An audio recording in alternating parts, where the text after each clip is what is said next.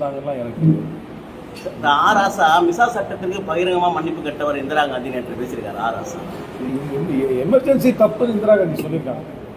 அது சரித்திர உண்மைதானே. எந்த ஒரு அரசியல் தலைவரோ எந்த ஒரு அரசாங்கமோ எந்த ஒரு அரசியல் கட்சியோ தவறே செய்யலன்னு எப்படி சொல்ல முடியும்?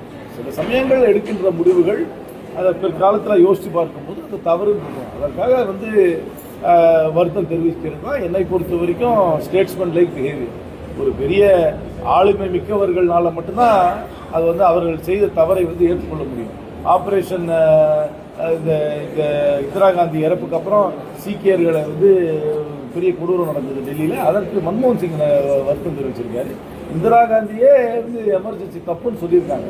அதனால் ஆனால் நீங்கள் கம்பேர் பண்ணி பார்த்தீங்கன்னா பாஜக அவங்க செஞ்சதில் எதையாவது உண்மையாக தப்புன்னு ஒத்துக்கிறாங்க தயாராக இருக்காங்களா? பெரிய பெரிய தலைவர்களால் மட்டும்தான் அவர்கள் செய்த சில காரியங்களை ஆழ்ந்து சிந்தித்து பார்க்கும் பொழுது பிற்காலத்தில் இது ஒரு தவறாக இருந்திருக்கலாம் என்று உணர்ந்து அதை தவறு என்று சொல்லக்கூடிய மனப்பான்மை.